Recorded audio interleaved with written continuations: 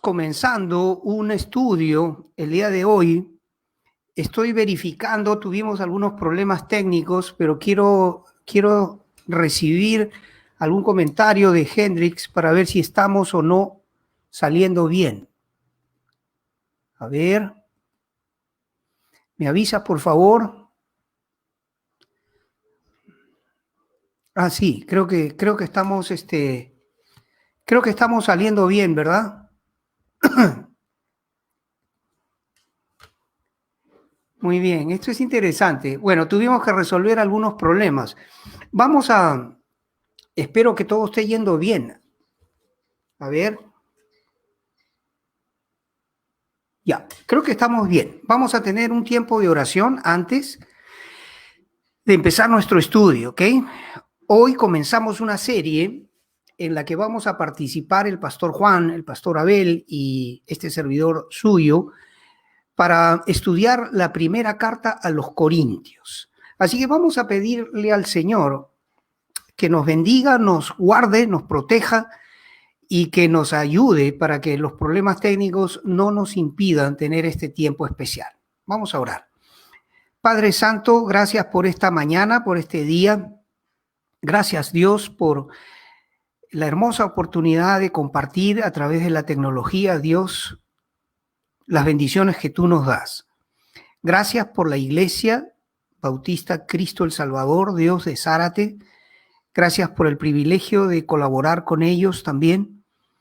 Y Dios, bendícenos, guárdanos. Sea tu Espíritu Santo con nosotros y ayúdanos, Señor. En el nombre de Jesús te lo pedimos. Amén. Muy bien. Pues, a ver, quiero hacer una comprobación más. Creo que estamos bien. Ok. A ver qué dice aquí.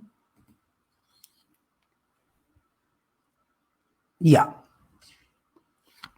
Ok, muy bien. Entonces, primera carta a los Corintios. Es una introducción. Vamos a tener, les decía, una serie. Esta semana voy a hacerme cargo del estudio. Y lo primero que tenemos que decir de la primera carta a los Corintios es esto. Quiero compartir con ustedes algunas notas que tengo aquí. Dice, espero que lo estén viendo, dice Primera de Corintios, introducción, la ciudad de Corinto. Durante su segundo viaje misionero, Pablo salió de Atenas y fue a una ciudad en Grecia llamada Corinto, conocida por su idolatría y su perversa conducta. Wow.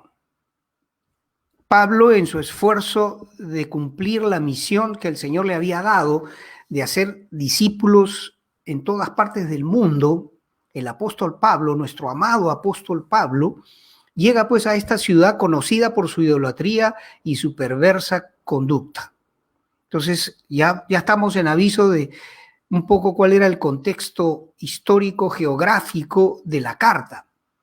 Ahora, ¿cuáles son los personajes prominentes? Los voy a mencionar rápidamente, pero es importante mencionarlos. Por supuesto, el apóstol Pablo, evangelista, maestro de sana doctrina, pastor y sembrador de iglesias. Apolos también es importante en esta carta, Primera de Corintios. Él era un judío de Alejandría, un varón elocuente, poderoso en las escrituras. Apolos, tremendo, es un siervo tremendo. Cuando la palabra dice varón elocuente, es porque era un predicador de esos que hacía estremecer a la iglesia cuando predicaba. Poderoso además en las escrituras, conocedor de las escrituras.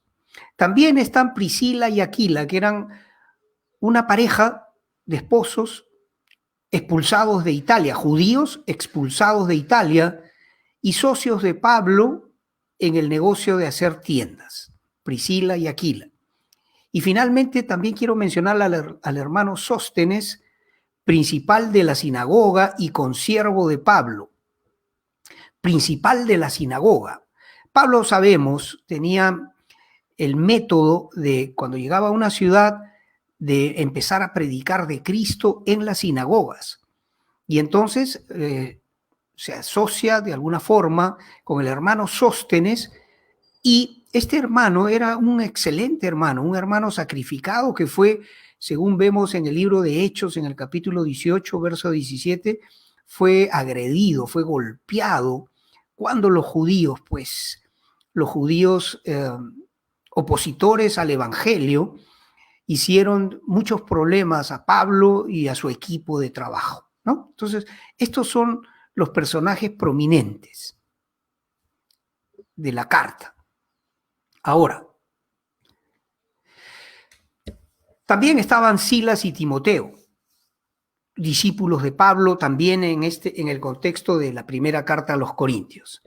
Ahora bien, yo quiero que vayamos al libro de Hechos un momento. Vamos a abrir el libro de Hechos, el capítulo 18, y vamos a leer un poco la historia que nos va a permitir ubicarnos bien en el contexto histórico, ¿de acuerdo? Dice, después de estas cosas, Pablo salió de Atenas y fue a Corinto, y halló a un judío llamado Aquila, natural del Ponto, recién venido de Italia, con Priscila su mujer, por cuanto Claudio había mandado que todos los judíos saliesen de Roma. Fue a ellos, y como era del mismo oficio, se quedó con ellos. Y trabajaban juntos, pues el oficio de ellos era hacer tiendas. Y discutía en la sinagoga todos los días de reposo, Pablo, y persuadía a judíos y a griegos, por supuesto, acerca de Jesucristo, del Evangelio de Jesucristo.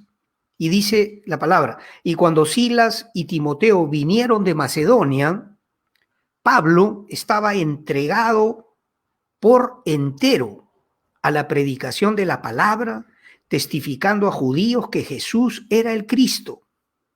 Pablo estaba entregado de lleno. Quiere decir que Pablo había hasta dejado su actividad de fabricar tiendas porque había encontrado una puerta allí abierta y se había entregado de lleno a la predicación de la palabra, testificando a judíos que Jesús era el Cristo. ¡Wow! Testificar a los judíos que Jesús es el Cristo que ellos están esperando. ¿Verdad que esto es importante? Lo es, porque fíjense que 2000 años casi después, los judíos todavía no aceptan que Jesucristo es su Mesías. E incluso esto se proyecta hasta el final de los tiempos, porque ¿cuándo van a los judíos a desprenderse, se les va a quitar el velo para entender que Jesús es su Mesías, el prometido en las Escrituras? La Biblia dice que no será sino hasta el fin de los tiempos. Zacarías, capítulos 12, capítulos 14, dice que cuando ya Israel, rodeada por ejércitos enemigos, está a punto de ser destruida completamente, entonces el Señor Jesús viene a salvar a su pueblo Israel, viene en un caballo blanco, está esto en Apocalipsis, y atrás del Señor venimos nosotros, la iglesia de Jesucristo, también en caballos blancos, y participamos en esa guerra en la que Jesús mata a todo ese ejército enemigo de Israel y salva a los judíos. Y recién entonces, dice la palabra en Zacarías 14, los judíos llorarán por aquel como se llora por hijo unigénito. Recién al final de la historia, en la batalla de Armagedón, en el último evento de la humanidad, los judíos podrán ver y aceptar que Jesús es su Mesías. Fíjense la proyección profética de estas palabras, de este trabajo del apóstol Pablo en la ciudad de Corinto. Interesante, ¿verdad? Interesantísimo. Dios le dice, leamos el verso 8, aquí en el capítulo 18 de Hechos, al 10, dice, Y Crispo, el principal de la sinagoga, creyó en el Señor con toda su casa. Y muchos de los corintios, oyendo, creían y eran bautizados. Entonces empieza ese avivamiento. Entonces el Señor le dice a Pablo en visión de noche: no temas, sino habla y no calles, porque yo estoy contigo. ¡Qué palabras! Y ninguno pondrá, sobre ti la mano para hacerte mal, porque yo tengo, mucho pueblo en esta ciudad. ¡Wow! ¡Qué palabras! ¡Qué visión maravillosa! El Señor durante el sueño le habla a Pablo y le dice: habla, predica, no calles, no temas, no tengas temor, porque yo estoy contigo. Y en esta ciudad yo tengo mucho pueblo. Qué tremendo, ¿verdad? Esto es emocionante, porque qué respaldo para el ministerio del apóstol y qué maravillosa visión de saber que el Señor Jesús está con nosotros, porque yo hago extensiva también esta palabra a ti y a mí, ¿no? Nosotros, en la iglesia, en nuestro ministerio personal, en lo que hacemos para Dios. Qué importante que el Señor nos diga: habla, no tengas temor, yo estoy contigo, predica. En esta ciudad, en San Juan del Lurigancho, yo tengo mucho pueblo, o acá en La Molina, donde yo vivo, que más adelante vamos a tener también una obra respaldada por ustedes. Ya hablé con el pastor Juan, y cuando el Señor lo permita, vamos a entrar con fuerza también. Es que esto no puede ser leído, no puede ser enseñada la palabra de Dios sin contagiarse por ese mismo avivamiento que Pablo tuvo en Corinto. Si no nos ocurre eso, si no nos contagiamos, algo está mal en nuestro corazón, porque es que yo creo esta palabra y yo creo que el Señor también tiene mucho pueblo acá donde yo estoy y por supuesto allá donde ustedes están, el distrito más grande del Perú. San Juan del Lurigancho tiene más de 2 millones de personas. ¿Cuántos son creyentes? ¿Cuántos no lo son todavía? ¿Cuánto trabajo hay que hacer por allá? Dame tú esa respuesta, respóndete tú. El Señor nos llama y nos dice: yo estoy contigo, no temas, predica, enseña. ¡Wow! ¡Wow! ¡Qué tremendo! Ahora, había gran oposición de los judíos. Por ejemplo, verso 12 y el 17. Pero siendo Galión procónsul de Acaya, los judíos se levantaron de común acuerdo contra Pablo y le llevaron al tribunal. Los judíos se levantaron contra Pablo y lo llevaron al tribunal. Y en el verso 17 dice: y entonces todos los griegos, apoderándose de Sóstenes, el hermano que mencionamos temprano, principal de la sinagoga, le golpearon delante del tribunal. Pero a Galión nada se le daba de ello. ¿Se dan cuenta el ambiente? Cuando hay un llamado de Dios, cuando hay una oportunidad, cuando se abre una puerta, cuando tenemos además el respaldo de nuestro Señor de que vamos a ir a hacer la obra como Pablo con su equipo. Mire, tengo que decir algo: el equipo que tenía Pablo para la obra en Corinto era tremendo, porque Pablo, Silas, Timoteo, Sóstenes, estaba además Apolos, un tremendo Priscila y Aquila, es decir, un equipo que ya quisiéramos nosotros tener para hacer la obra. Tremendos predicadores, apóstoles, profetas, evangelistas, pero el diablo se levanta también. Cuando estamos en la obra, el diablo se levanta y usa todo lo que esté a disposición de él, lo que esté cerca, para tratar de frenar la obra. Eso está clarísimo, eso lo sabemos.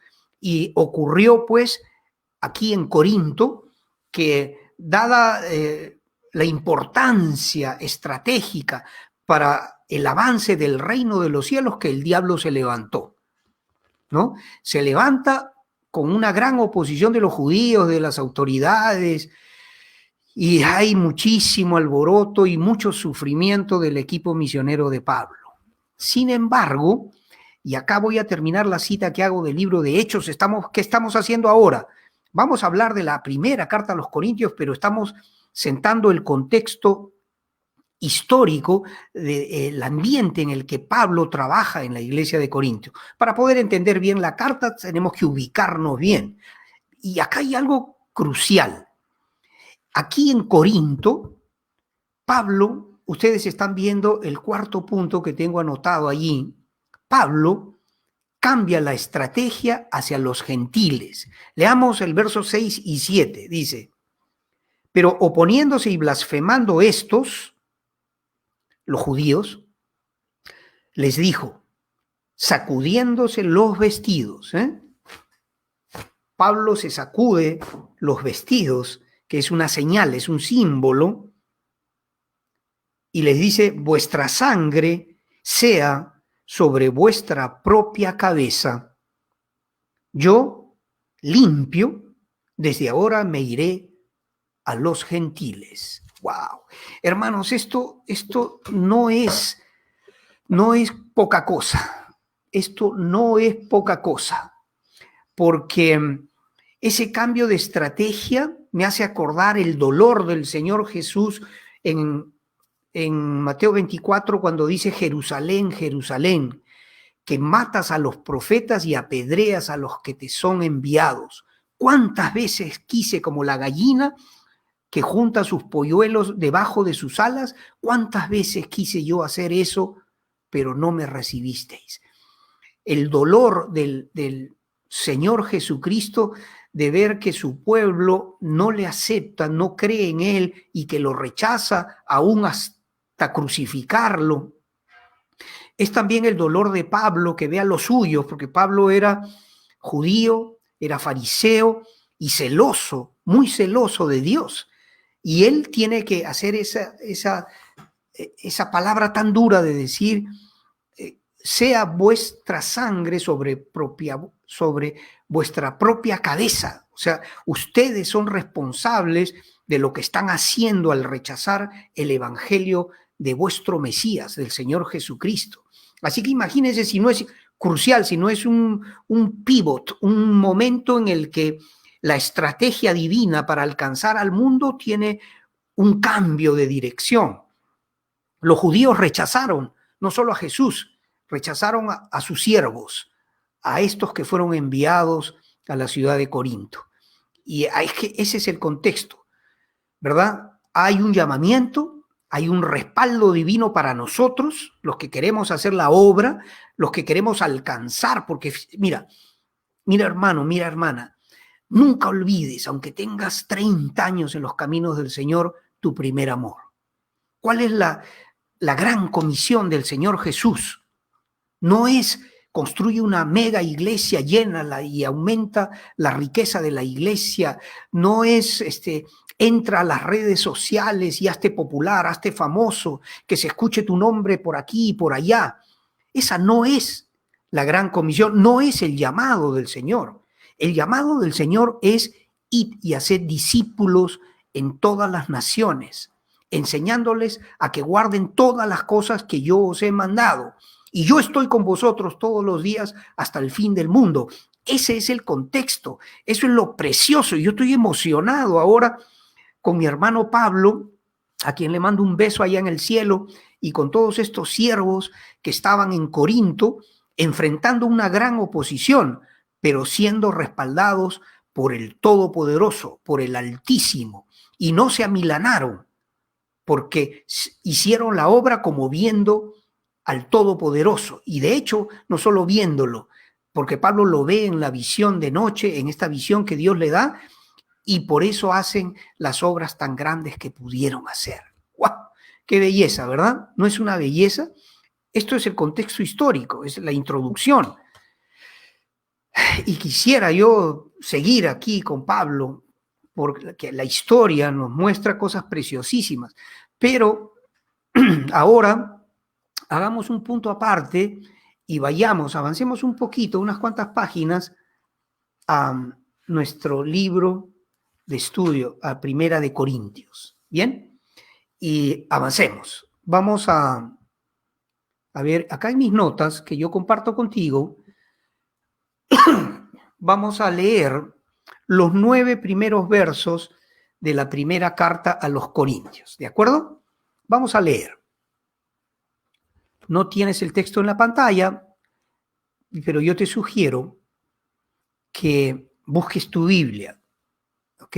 Agarra tu Biblia, abre tu Biblia en Primera de Corintios y vamos a leer los 9 primeros versos de esta carta. Dice, Pablo, llamado a ser apóstol de Jesucristo por la voluntad de Dios, y el hermano Sóstenes, a quien ya conocemos,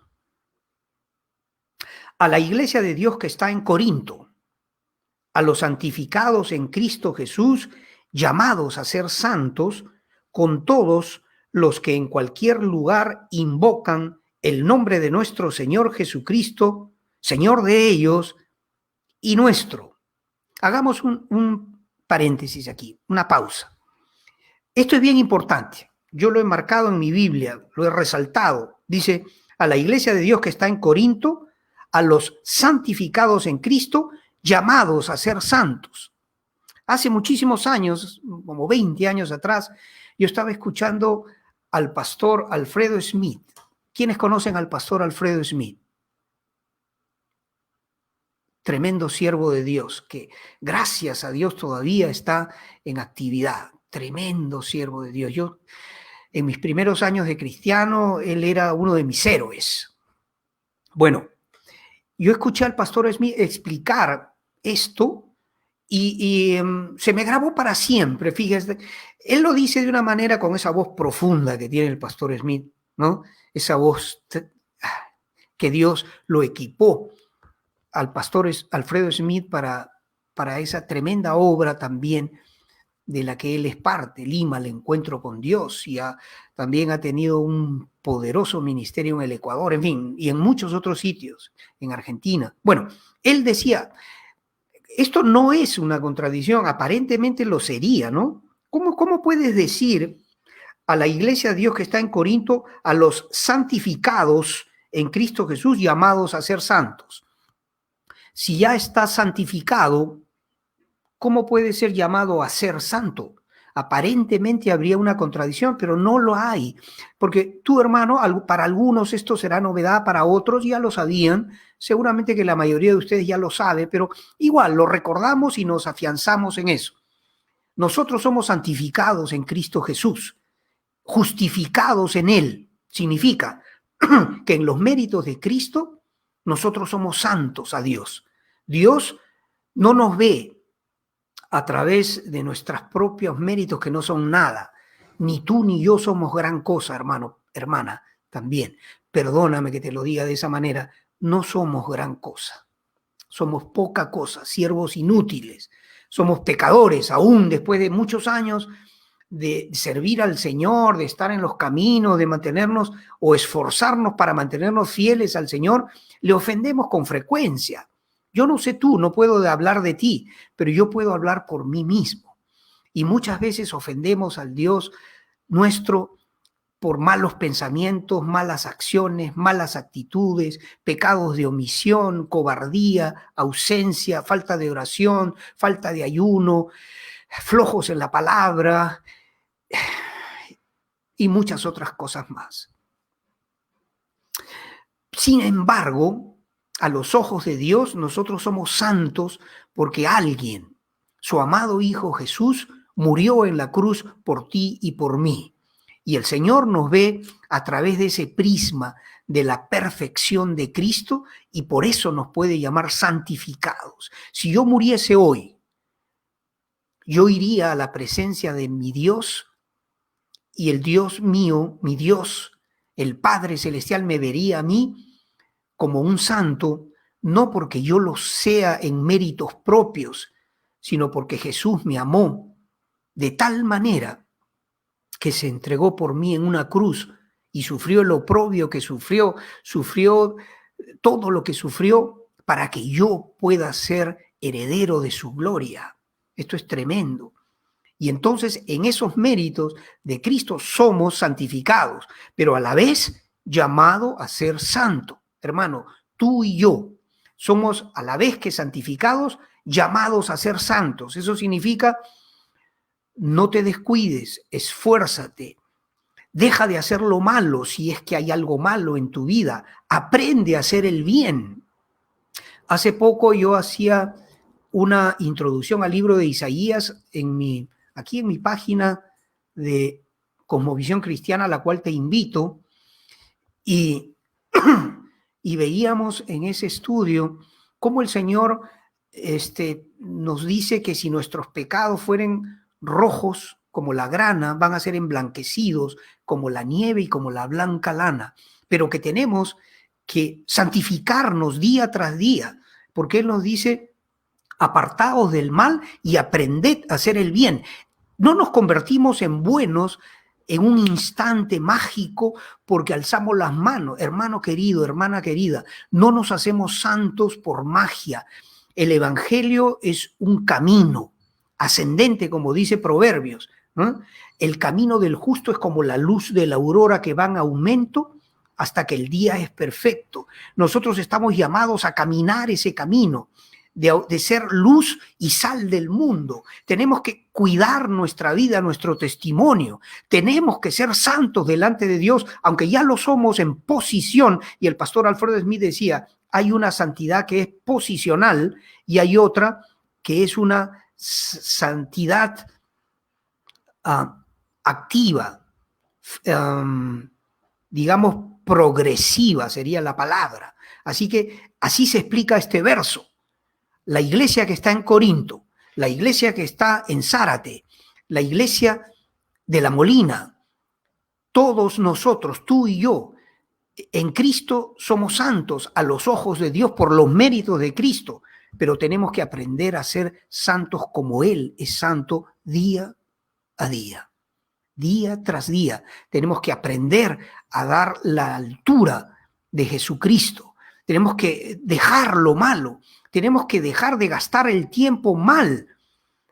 ¿Cuántas horas desperdiciamos cada día, hermano y hermana? No quiero entrar demasiado, no quiero pararme demasiado tiempo en este punto. Solo te hago una pregunta. ¿Cuántas horas desperdicias cada día en las redes sociales, las telenovelas, conversaciones no santas con tus amigos? ¿Cuántas horas? ¿Sabes que hay un recurso que nunca más lo puedes recuperar y es el tiempo? Dejemos ahí la exhortación y espero que el Espíritu Santo te haga recordar esta reflexión que estamos haciendo. Ahora, vamos a continuar. Dice Pablo, gracia y paz a vosotros de Dios,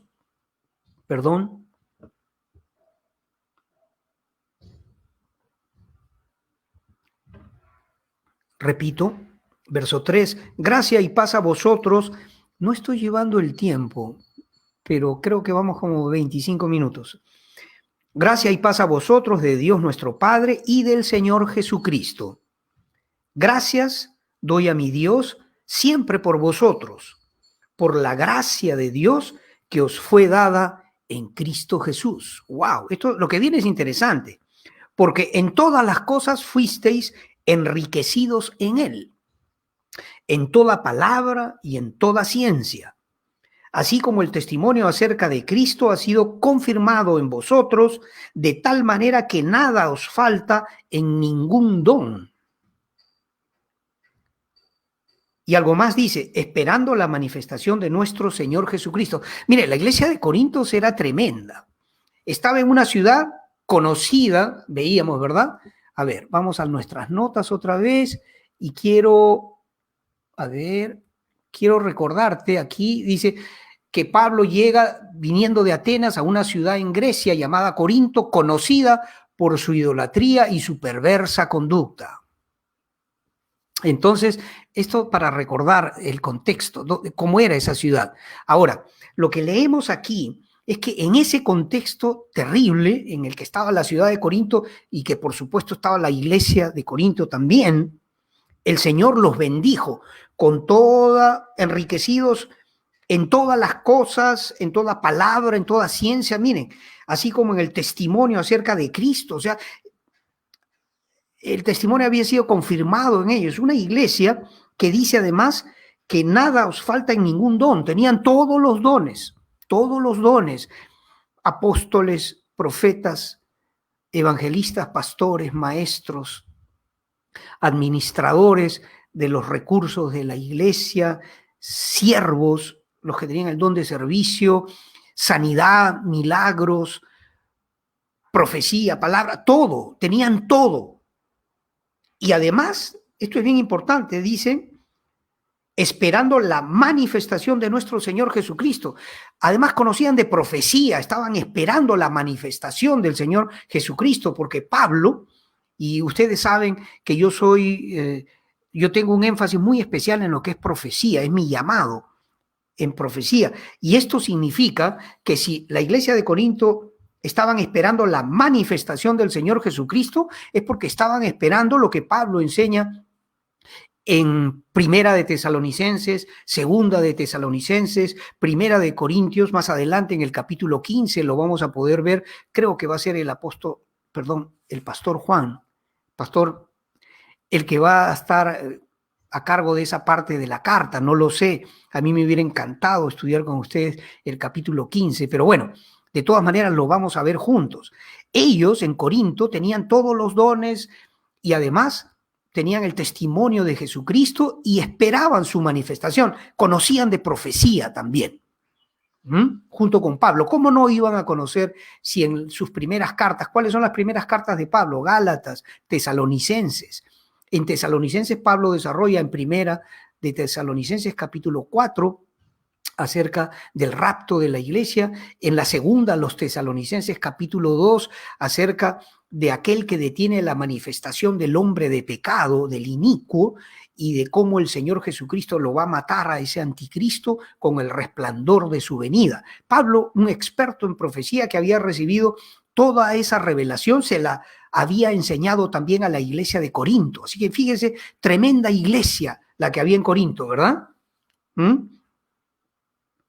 Dice, sin embargo, quiero ver mis notas. A ver, vamos a ver aquí en mis notas la situación espiritual de la iglesia de Corinto.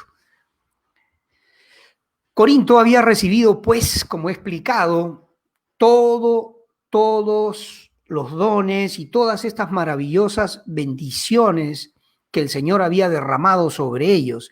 Fíjese, sin embargo, en Corinto había divisiones y contiendas y hasta casos graves de inmoralidad. Leamos un poco en los versos 10 en adelante. Os ruego, pues, hermanos, por el nombre de nuestro Señor Jesucristo, y acá ya es la carta pasa. Pablo era así, Pablo daba una introducción preciosa, hermosa, bendecía a los hermanitos lindos en la fe y luego iba de frente al punto. Él no entraba en rodeos. Fíjese, después de estas hermosas palabras en los 9 primeros versos, como Pablo los reprende porque les dice, hermanos, os ruego pues por el nombre de nuestro Señor Jesucristo que habléis todos una misma cosa y que no haya entre vosotros divisiones, sino que estéis perfectamente unidos en una misma mente y en un mismo parecer. Porque he sido informado acerca de vosotros, hermanos míos, por los de Cloé, que hay entre vosotros contiendas. Quiero decir que cada uno de vosotros dice, yo soy de Pablo, yo soy de Apolos, yo de Cefas y yo de Cristo.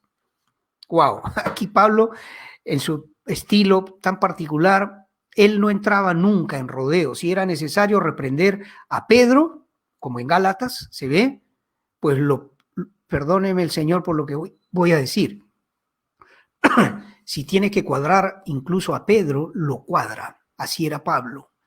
Y fíjese si Pablo no es enérgico con los de Corinto. Ustedes han recibido todo lo que quisiéramos tener de parte de Dios, de modo que no os falta nada en ningún don, ni en ninguna bendición, ni en palabra, ni en ciencia, ni en profecía. Nada les falta. Sin embargo, he sido informado por los de Cloé que entre vosotros hay divisiones, diciendo yo soy de Pablo, yo soy de Apolos, yo soy de Cefas, yo soy de Cristo. Y es que, como les dije hace un rato, el equipo de la iglesia de Corinto era tremendo. Era como decir que tenemos en nuestra selección de fútbol, tenemos a Messi, a Cristiano Ronaldo, tenemos a Maradona en sus buenas épocas, tenemos al Cholo Sotil, y en fin, entonces tú vas a ser admirador de uno de ellos en particular, ¿verdad? El mejor de todos los tiempos. ¿Quién es? ¿Messi? ¿Cristiano Ronaldo? ¿El Cholo Sotil? No lo sé. En Corinto pasaba esto, hermanos. Perdónenme la ilustración, tal vez un poco, no sé, mundana, pero es que pasó eso en Corinto. Yo tengo que ilustrarlo de esa manera. Y tengo también que decirles que nuestras iglesias, aunque estén llenas de dones, llenas de talentos, llenas de bendiciones, llenas de buenos propósitos, llenas de grandes testimonios, llenas de proyectos interesantes, tiene que cuidarse de que no pensemos cosas diferentes. La unidad. Puedes estudiar el llamado que hace el Señor a la unidad. La unidad es algo importantísimo en las iglesias, hermano. Por eso es que yo les digo, por eso es que yo trato de esforzarme. Si yo tuviese algún recuerdo que no es perfecto de ustedes, mis hermanos, yo tengo que superar esos recuerdos. Y no es que los haya, aclaro, la Iglesia Cristo el Salvador de Zárate, para mí, es una gran bendición. Los amo, hermanos, porque los conozco hace casi 20 años. Y he predicado con ustedes desde aquellos años en que el pastor Juan y yo éramos estudiantes del seminario. Así que yo los conozco y yo los amo. Y yo quiero lo mejor para ustedes. Pero yo soy un siervo que trata de ser fiel a Dios. Y tengo que predicar la palabra como es. Y tengo que decirles a ustedes el mensaje sin bajarlo, sino que la reprensión que el apóstol Pablo usa para los de Corinto, de la misma manera, si acaso fuese oportuna para alguno de la iglesia, pues recíbala como que viene del Señor, no de este siervo. Yo no sé nada, pero si hubiera algún tipo de división, algún tipo de, no sé, preferencias, algún tipo de pensamiento diferente, que no hay la unidad que debería haber en la iglesia o en alguna otra que a lo mejor nos están oyendo en alguna otra parte, porque el pastor Juan me ha explicado de que estos estudios llegan a algunas partes del Brasil o algunas partes de otras iglesias aquí, ¿verdad? En Sudamérica, yo no lo sé, pero si fuera necesario, recíbala, hermano, recíbala, esa reprensión, si fuera necesaria en su vida, recíbala con temor de Dios. Porque si una iglesia no se esfuerza en ser una, en pensamiento, un mismo espíritu, un mismo Señor, no va a lograr grandes cosas. Y por eso es que Pablo los exhorta, ¿verdad? Ahora, tengo que ir redondeando, porque yo puedo hablar 2 horas seguidas y ni cuenta me doy, hermanos, pero no puedo abusar tampoco del tiempo que se me ha sido asignado. No sé si todavía me están escuchando o no. Quiero terminar esta introducción que hemos hecho hoy día con una cuestión que dice aquí, están viéndolo, ¿verdad? Una cuestión que debe ser enfatizada. ¿Sí? Dice, prediquemos la palabra, pero no con sabiduría humana, sino más bien prediquemos el evangelio que agrada a Dios. Debemos siempre, ponga atención, debemos siempre incluir en nuestras enseñanzas la cruz de Cristo. Porque si no predicamos y enseñamos acerca de la cruz y de nuestra condición pecaminosa y del arrepentimiento necesario para aquel que todavía no conoce a Cristo, si tú no te arrepientes y si tú no invitas al Señor a tu corazón para que sea el Señor de tu vida, no eres cristiano todavía. Todavía tu nombre no ha sido inscrito en el libro de la vida. Es necesario que arregles ese asunto. Y si ya eres cristiano, como dice la primera carta de Juan, que si hemos pecado, tenemos un abogado. Y si queremos ocultar nuestro pecado, nos engañamos a nosotros mismos. Pero que si confesamos nuestras faltas delante de Dios, Él es fiel y justo para perdonarnos y limpiarnos de toda iniquidad. Entonces, siempre que enseñemos la palabra, hermanos, invoquemos, enseñemos, mencionemos la cruz de Cristo. Porque el evangelio es este, que el Señor Jesús vivió y murió por nosotros en la cruz y al tercer día por el poder de Dios fue resucitado, que es la prueba de su divinidad. Acá no hay que esta religión conduce a Dios y esta otra también, que tenemos que ser tolerantes, que tenemos que tener un open mind, en inglés significa una mente abierta, que no seamos intransigentes, que los cristianos son unos fanáticos. Mira, si ese es tu caso, si tú crees que todas las religiones conducen al paraíso, tengo que decirte que estás equivocado, que el diablo mismo te ha confundido y tienes que sacudirte de esa falsa enseñanza, de esa demoníaca enseñanza, porque en la Biblia está escrita esta enseñanza eterna. Dijo el Señor: yo soy el camino, la verdad y la vida, y nadie viene al Padre sino solo a través de mí. Yo soy el camino, la verdad y la vida. Jesucristo es nuestra vida eterna. Él es el único intermediario entre Dios, Padre, y nosotros los hombres. Sacúdete, como Pablo hizo con los judíos.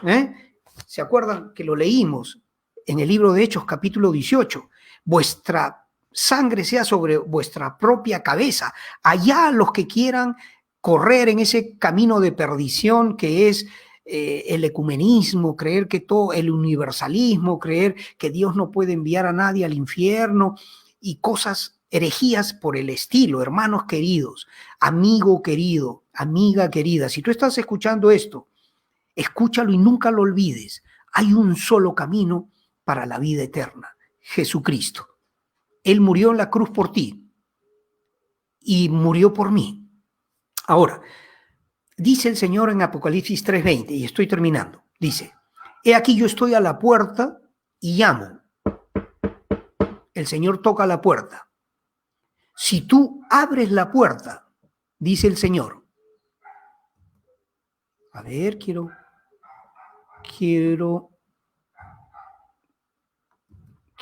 cambiar de pantalla porque es muy importante lo que te estoy diciendo. Perdóname la interrupción, voy a repetir. El Señor dice: yo estoy a la puerta y llamo. Si tú abres la puerta, yo entraré y cenaré contigo y tú cenarás conmigo. El Señor nos llama a través de la locura de la predicación. Esto lo vamos a ver mañana. Es una locura que un hombre imperfecto como este siervo esté haciendo llamados de esta naturaleza. Para la perspectiva del Señor es una locura, pero ya lo vamos a ver mañana. El Señor llama de muchas maneras, pero Él dice: yo estoy a la puerta y llamo. Si tú abres la puerta de tu corazón, porque es una puerta simbólica que significa yo creo la palabra que he escuchado y abro la puerta de mi corazón. Fíjate, la puerta de tu corazón es como esas cerraduras de algunos bancos que solo pueden ser abiertas desde adentro. Desde afuera no hay una perilla, no hay cómo abrir la puerta del corazón para Jesucristo. Solo se abre desde adentro. Por eso en Romanos capítulo 10, versos 9, 10 y verso 13 dice: y esta es la palabra de fe que predicamos, que si tú creyeres en tu corazón que Jesús es el Señor y que Dios le levantó de los muertos y confesares con tu boca, serás salvo. Porque con el corazón se cree para justicia, pero con la boca se confiesa para salvación. Y dice en el verso 13 que todo aquel que invocare el nombre del Señor será salvo. Así que terminemos esta primera reunión en el estudio de la primera carta a los Corintios con una oración cortita, pero para darte a ti la oportunidad de ponerte a cuentas con Dios. Dios quiera que haya más de uno que está escuchando y que todavía no ha aceptado a Cristo en su corazón. Yo te voy a guiar en una sencilla oración y luego voy a terminar. Bien. Padre Santo, gracias por esta palabra. Señor, yo quiero pedirte algo, Dios.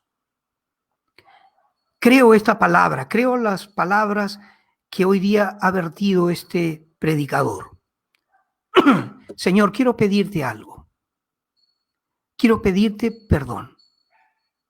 Porque reconozco, Señor, que yo te he ofendido muchas veces y que tengo que corregir mis caminos. Dios, te pido que me des fuerzas para creer, fe para creer y fuerzas para caminar los caminos que tu palabra me enseña. Recibo a Cristo en mi corazón en esta hora y te ruego que me bendigas y que me ayudes. Te lo pido en el nombre de nuestro Señor Jesucristo. Amén. Gloria a Dios. Gloria a Dios. Gloria a Dios. No lo sé, no lo sabré, sino hasta cuando estemos allá arriba, si alguien encontró la respuesta que tanto estuvo buscando el día de hoy. Ojalá sea así. Gracias, queridos hermanos. Yo ahora, ya, ¿qué hora es? ¿Cuánto tiempo hemos estado juntos? A ver. Uy. Más del tiempo creo programado, no lo sé, pero en todo caso les pido perdón, mañana trataré de ser más breve, si es necesario para recortar este tiempo. Les agradezco la bendición de su compañía y les bendigo para que tengan un precioso día, para que sus trabajos fructifiquen, para que reciban el sustento que necesitamos. Yo también me incluyo en esa oración y para que mañana estemos otra vez listos para la segunda parte de este estudio. Hasta pronto, hermanos. Dios les bendiga.